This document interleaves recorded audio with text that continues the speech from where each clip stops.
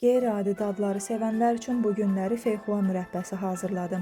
2 kilo feyxua götürmüşəm. Bu mürəbbə üçün feyxualar nə çox bərk, nə də çox yumşaq olmamalıdır. Qabıqlarını videoda gördüyünüz qaydada soyub suya əlavə edirəm ki, qaralmasınlar. Qaynayan şirəyə feyxuaları əlavə edib 5-6 dəqiqə bişirirəm. Daha sonra ocaqdan götürüb tam soymasını gözləyirəm. Bu arada dostlar, sizə hər zaman sevə-sevə istifadə etdiyim şirin suyun yeni kampaniyasından məlumat vermək istəyirəm.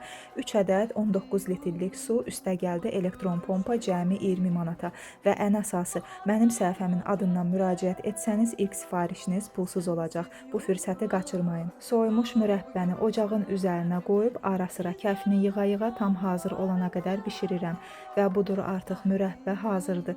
Qaynar halda steril olunmuş bankalara yığdım. Çox ləzzətli, qeyri-adi dadda turş məzə bir mürəbbə alındı. Mütləq siz də hazırlayın.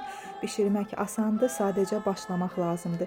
Yeni reseptləri qaçırmamaq üçün kanalıma abunə olmağı da unutmayın. Özünüzə yaxşı baxın, hələlik.